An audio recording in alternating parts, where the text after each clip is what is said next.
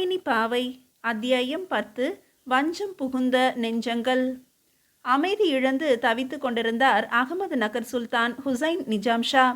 கோல்கொண்டாவின் கூட்டுறவு கிடைத்தும் கூட ஏனோ அவர் உள்ளம் குதூகலம் கொள்ளவில்லை. கைவிட்டு போன கல்யாண் கோட்டையை மறுபடியும் கை கொள்ளாதவரை அவருக்கு நிம்மதி ஏது?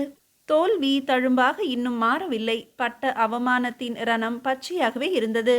வேங்கடாத்ரியும் சித்திக் ஹாசனும் விளைவித்த அழிவுகளில் இருந்தும் அல்லல்களிலிருந்தும் மக்கள் இன்னும் நிமிரக்கூட இல்லை. அதற்குள் அடுத்த போருக்கு ஆயத்தம் செய்யலானார் அகமது நகர் சுல்தான். கோல்கொண்டாவுக்கும் தௌலதாபாத்திற்கும் தூதுவர்கள் பறந்து கொண்டிருந்தார்கள். இரண்டு ராஜ்யங்களிலும் யுத்த முஸ்தீப்புகள் மும்முரமாக நடக்கலாயின. பிஜப்பூரின் எல்லையிலே நேச படைகள் வந்து குவிந்தன. இப்ராஹிம் குதப்ஷாவின் பெரும் படை அகமது நகருக்கு வந்து நிஜாமின் படைகளுடன் சேர்ந்து கொண்டது. தாக்குதலை ஆரம்பிக்கும் முன்பு ஒற்றர்கள் கொண்டுவரும் செய்திகளை எதிர்பார்த்து காத்திருந்தார்கள். நிஜாம் ஷாவின் பார்சரியிலே விருந்தும் கூத்தும் கேளிக்கையுமாக திமிலோகப்பட்டு கொண்டிருந்தது. படையெடுத்து சென்று போரிட்டு வெற்றி காணும் முன்பே பலன் கண்டுவிட்டது போல மகிழ்ந்திருந்தார்கள் மன்னர்கள். ஒப்பந்தத்தை மீறி குதப்ஷாவுடன் ஒன்று சேர்ந்து கொண்டு தம்மை தாக்க தருணம் பார்த்திருக்கும் செய்தி அறிந்த அலி ஆதில் ஷா செய்வது அறியாது திகைத்தார். ஹுசைன் நிஜாம் ஷா தாம் இழந்த பகுதியை மீட்க இத்தனை சீக்கிரத்தில் வருவார் என்று எதிர்பார்க்கவில்லை. மறுபடியும் ராமராயரின் உதவியை நாடுவதை தவிர வேறு வழியில்லை ஆதில் ஷாவுக்கு. தற்காப்புக்கான முதல் நடவடிக்கைகளை செய்துவிட்டு தம் தளபதி சித்திக் ஹாசனுடன் ராமராயரை சந்திக்க கிளம்பினார். தூதுவன் ஒருவன் ராமராயரை காண பிஜப்பூர் சுல்தான் வந்திருப்பதை செய்தியை அறிவித்து வணங்கி நின்றான். ராமராயரிடம் பிஜப்பூர் சுல்தானின் திடீர் வரவு எந்தவித வியப்பையும் ஏற்படுத்தவில்லை. எதிர்பார்த்திருந்ததொரு செய்தியைப் போல அமைதியாக வந்தவர்களை வரவேற்று உபசரணைகள் செய்தாயிற்றல்லவா என்று கேட்டபடியே வெளியில் உள்ள தம் ரதத்தை நோக்கி நடக்கலானார் ராயர். தங்களது இளவல் அமைச்சர் திருமலை ராயர் விருந்தாளியை தக்கபடி வரவேற்று உபசரித்து விருந்து படைத்த பிறகுதான் என்னை இங்கு அனுப்பினார்கள் என்றான். மேலும் அவசர காரியமாம், ஆதில் ஷா தங்களை உடனே காண வேண்டும் என்று துடிக்கிறார். அடர்ந்து செழித்து வளர்ந்து வளைந்து நின்ற தனது அழகான மீசையை முறுக்கி ஒதுக்கியவாறு மெல்ல நடந்து சென்று கொண்டிருந்த ராமராயரின் பின்னால் நகர்ந்து கொண்டே இதை அறிவித்தான் தூதன். அவனுக்கு பதிலொன்றும் சொல்லாமலே தோளிலிருந்து சரிந்த துப்பட்டாவை தூக்கி மேலே போட்டுக்கொண்டு தமது ரதத்தில் ஏறினார் ராமராயர். சிறு அசைவையும் தாங்காத உயர் ஜாதி அசுவங்கள் இரண்டும் ரதத்தில் ராயர் ஏறியதும் உடலை சிலிர்த்து கொண்டு கிளம்ப தயாராகின. லகானை கையில் எடுத்ததும் அவ்விரண்டு வெள்ளை புறவிகளும் வில்லிலிருந்து புறப்பட்ட கணைகளாயின. அரண்மனையை அடுத்து நின்ற கம்பீரமான கட்டிடத்தின் முன்பு போய் ரதம் நின்றது.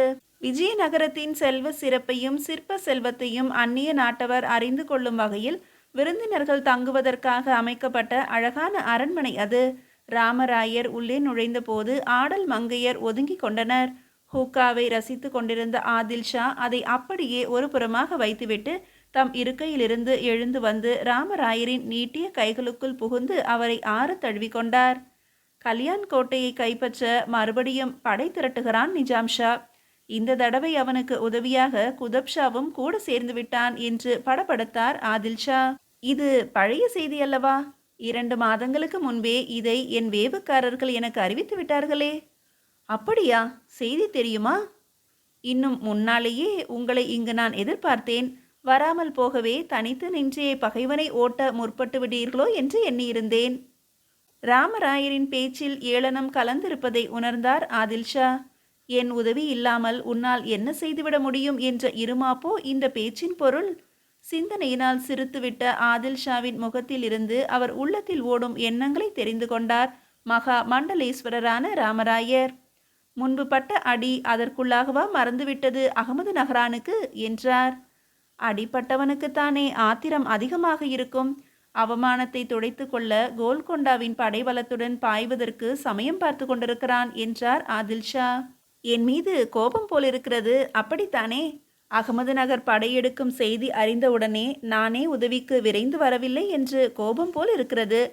உங்கள் உள்நாட்டு பூசல்களில் நான் தலையிடுவதை உங்கள் அவையிலேயே அநேகம் பேர் விரும்பவில்லை என்பதை அறிந்தேன். அதனால்தான் நான் ஆர்வம் காட்டவில்லை என்று ராமராயர் தம் உள்ளத்தை திறந்து காட்டிய போது ஆதில் ஷாவின் முகம் மலர்ந்தது. பிஜப்பூரின் ஆதிக்கம் அவை தலைவர்களின் கையில் இல்லையே. ஆதில் ஷாவின் விருப்பம் மாறுபட்டிருந்தால் அல்லவா நீங்கள் வேறுபட்டு போவதற்கு என்று ஒட்டுதலோடு பேசினான் இத்தனை நேரம் மௌனமாக இருந்த தளபதி சித்திக் ஹாசன். அது போகட்டும், கல்யாண் கோட்டை மீது பாய்வதற்கு சமயம் பார்த்து கொண்டிருக்கிறான் இப்ராஹிம் என்று கூறினீர்களே, இது எத்தனை நாளைக்கு முற்பட்ட செய்தி? ஏன் என்று கேட்டார் ஏதும் புரியாமல். மிக பழைய தகவலோடு என்னை காண வந்திருக்கிறீர்கள். கல்யாண் கோட்டை கைமாறி ஆயிற்றே, அது தெரியுமா உங்களுக்கு? கேட்டார் ராமராயர். என்ன? சவுக்கடி பட்டவனை போல துள்ளினான் சித்திக் ஹாசன். எப்படி இதை கூறுகிறீர்கள் என்று கேட்டார் ஆதில் ஷா. ஆச்சரியம் அவர் விழிகளை அகலமாக்கி இருந்தது. காற்று புக முடியாத இடத்தில் கூட விஜயநகரத்தின் வேவுக்காரர்கள் புகுந்து செய்திகளை சேகரித்து வந்து விடுவார்கள் என்றபோது ராமராயர் முகத்திலே பெருமிதம் பளபளக்கத்தான் செய்தது.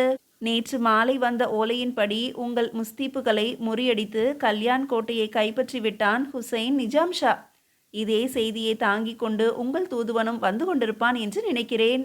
ஆஹா என்று கர்ஜித்தான் சித்திக் ஹாசன். விஜயநகரத்துக்கு நான் வரவில்லை, நீங்கள் மட்டும் போய் வாருங்கள் என்றேன். ஆதில் ஷா சம்மதிக்கவில்லை. கல்யாண் கோட்டையை காப்பதற்கு நான் போயிருந்தால் இந்த விபரீதம் நேர்ந்திருக்காதோ என்னவோ என்று குமுறினான் சித்திக் ஹாசன். நடந்ததை பற்றி விமர்சனம் வேண்டாம், நடக்க வேண்டியதை கவனிப்போம் என்றார் ஆதில் ஷா. நீங்கள் இன்று வருவதற்கு முன்பே நான் முடிவு செய்துவிட்டேன். நம்பிக்கை துரோகம் செய்து நடுப்போரில் நம்மை கைவிட்டு சென்ற கோல்கொண்டாவுக்கு ராமராயர் யார் என்பதை உணர்த்த வேண்டும் என்று. ஆகவே எனக்காகவும் உங்களுக்காகவும் விஜயநகரத்து படைகள் அகமது நகரையும் கோல்கொண்டாவையும் முற்றுகையிடும். நீங்கள் நாளை காலையிலேயே இங்கிருந்து கிளம்பி போய் முன்னேறி வரும் நிஜாம் ஷாவின் படைகளை தடுப்பதற்கான ஏற்பாடுகளை செய்யுங்கள். தொடர்ந்து உங்கள் உதவிக்கு விஜயநகரின் பெரும் படையும் வந்து சேரும் என்று ஆதில் ஷாவுக்கு உறுதியும் தைரியமும் அளித்துவிட்டு கிளம்பினார் ராமராயர். அப்போதுதான் கல்யாண் கோட்டை பறிபோன செய்தியை தாங்கி ஆதில் ஷாவின் தூதுவன் பரபரப்புடன் உள்ளே நுழைந்தான். அவன் கொண்டு வந்த லிகிதத்தை பிரிக்காமலே படிக்காமலே ஆதிஷாவின் கண்களில் கசங்கியது. சித்திக், நமது வேவு படைகளின் திறமையின்மையை வேற்று நாட்டவனின் முகத்துக்கு நேரே நாம் புரிந்து கொள்ள நேர்ந்த துர்பாகியத்தை எண்ணி வேதனைப்படத்தான் வேண்டும் என்றான் எல்லையற்ற மனத்தாங்களுடன் ஆதில் ஷா. உதவி கேட்டு ஓடி வந்த கையோடு அதிகாலையில் அகமது நகருக்கு திரும்பியாக வேண்டிய பிஜப்பூர் சுல்தான் அலி ஆதில் ஷா நிம்மதியாக உறங்கிக் கொண்டிருந்தார் அரண்மனையில். சித்திக் ஹாசனுக்கோ தூக்கம் வரவில்லை. எந்த இரவில்தான் அவன் தூக்கத்தின் இனிமையை பூரணமாக அனுபவித்திருக்கிறான்? அழகிய விஜயநகரம் நிலவை போர்த்தி கொண்டு அமைதியான உறக்கத்தில் ஆழ்ந்திருந்தது. விடுதியிலிருந்து வெளிப்பட்ட சித்திக் ஹாசன் விஜயநகரின் விசாலமான வீதியிலே காலார நடந்து கொண்டிருந்தான். தூரத்தில் எங்கோ தெருக்கூத்தில் நடிக்கும் வேஷதாரியின் வீர வாசகங்கள் காற்றில் மிதந்து வந்தன. டேய் நில், அப்படியே. வீரம் இருக்குமானால் எடு உன்வாளை, ஆண்மை இருக்குமானால் உரிமை யாருக்கு என்பதை போரிட்டு முடிவு செய்வோம் என்று குரல் கேட்டது. தெருக்கூத்து கதாநாயகன் நின்றானோ இல்லையோ, சித்திக் ஹாசன் அப்படியே நின்றான். நிலவொளியிலே நிர்மானுஷ்யமாக நெடுந்தூரத்துக்கு நீண்டு கிடந்த கடை வீதியை பார்த்தான். பல வருஷங்களுக்கு முன்னால் அதே ராஜவீதியில் நண்பகல் வேளையில் நடந்த சம்பவம் ஒன்று நினைவில் வந்தது. யாருமற்றிருந்த அந்த வீதி நொடி பொழுதில் மக்கள் நடமாட்டம் மிகுந்து கலகலப்பாக மாறியது போல தோன்றியது. அன்று இருந்ததைப் போலவே அலங்கார ஆடை அணிந்த ஆரணங்குகளும் உல்லாச புருஷர்களும் வேற்று நாட்டு வணிகர்களும் சாரி சாரியாக போய்கொண்டிருந்தனர்.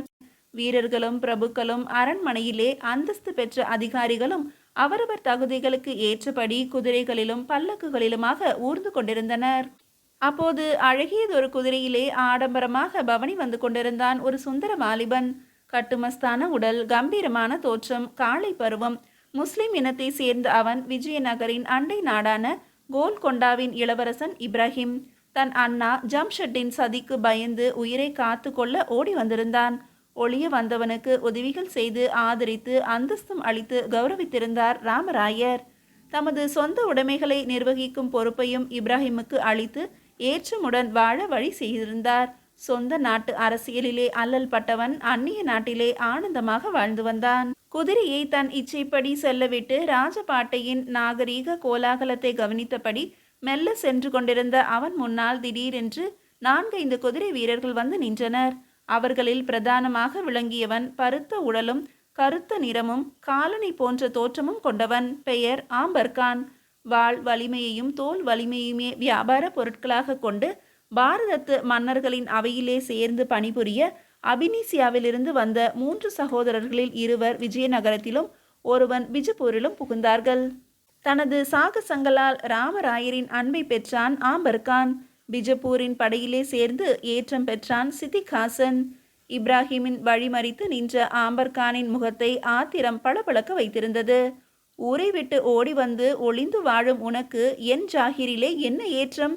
உழைத்து பெற்ற என் உரிமையை ஓடுகாலி நீ வந்து பறித்து கொண்டாயே என்று வழியிலிருந்து ஒதுங்கிவிடு என்று ஆர்ப்பரித்தான் ஆம்பர்கான்.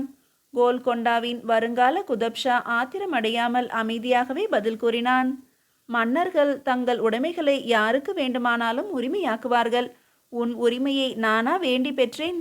ராமராயர் விரும்பி கொடுத்ததால் நான் வேண்டாம் என்று சொல்லலாமா?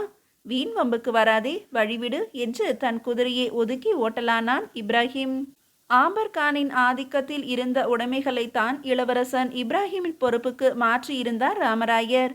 ஜாகீரை பறிகொடுத்த ஆத்திரத்தை பறித்து கொண்டவர் மீது காட்டாமல் பெற்று கொண்டவன் மீது காட்டி பாய்ந்தான் அந்த அபினிசிய வீரன். ஏய் கோழையே, ஏன் ஓடுகிறாய்?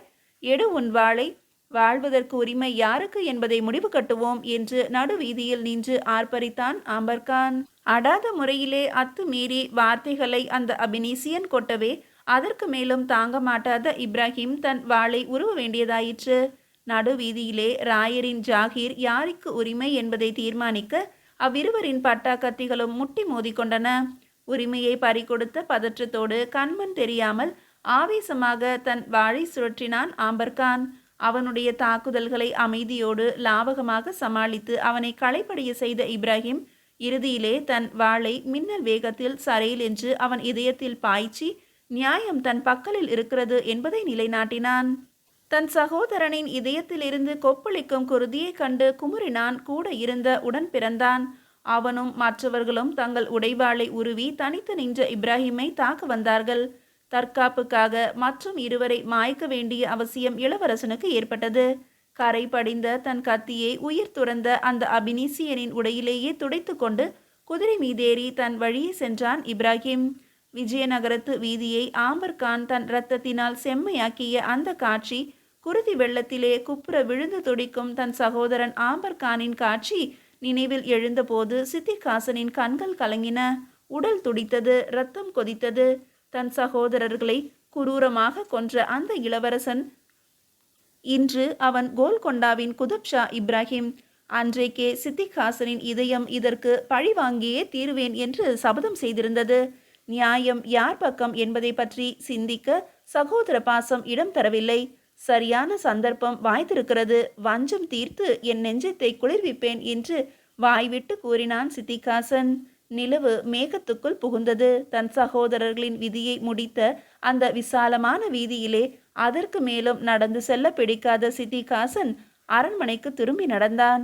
தூக்கம் பிடிக்காமல் புரண்டு கொண்டிருந்தாள் துங்கபத்ரை. பெற்றோர்களை கொன்றதற்காக பழிவாங்க துடிக்கும் ஆயிஷா. சகோதரனை கொன்றதற்கு வஞ்சம் தீர்த்து கொள்ள காத்திருக்கும் சித்திகாசன். அண்ணாவை அவமானப்படுத்திய அகமது நகர் சுல்தானுக்கு பாடம் கற்பிக்க திட்டமிட்டுள்ள வேங்கடாத்ரி. அப்பப்பா, இவர்களின் இந்த பழிவாங்கும் மனப்பான்மை எல்லாம் இந்த நாட்டை எந்த நிலையில் கொண்டு போய் நிறுத்தப் போகின்றனவோ என்று பெருமூச்செறிந்தவாறு இமைகளை மூடினாள் அந்த நதிக்கன்னி. மீதியை அடுத்த அத்தியாயத்தில் காணலாம்.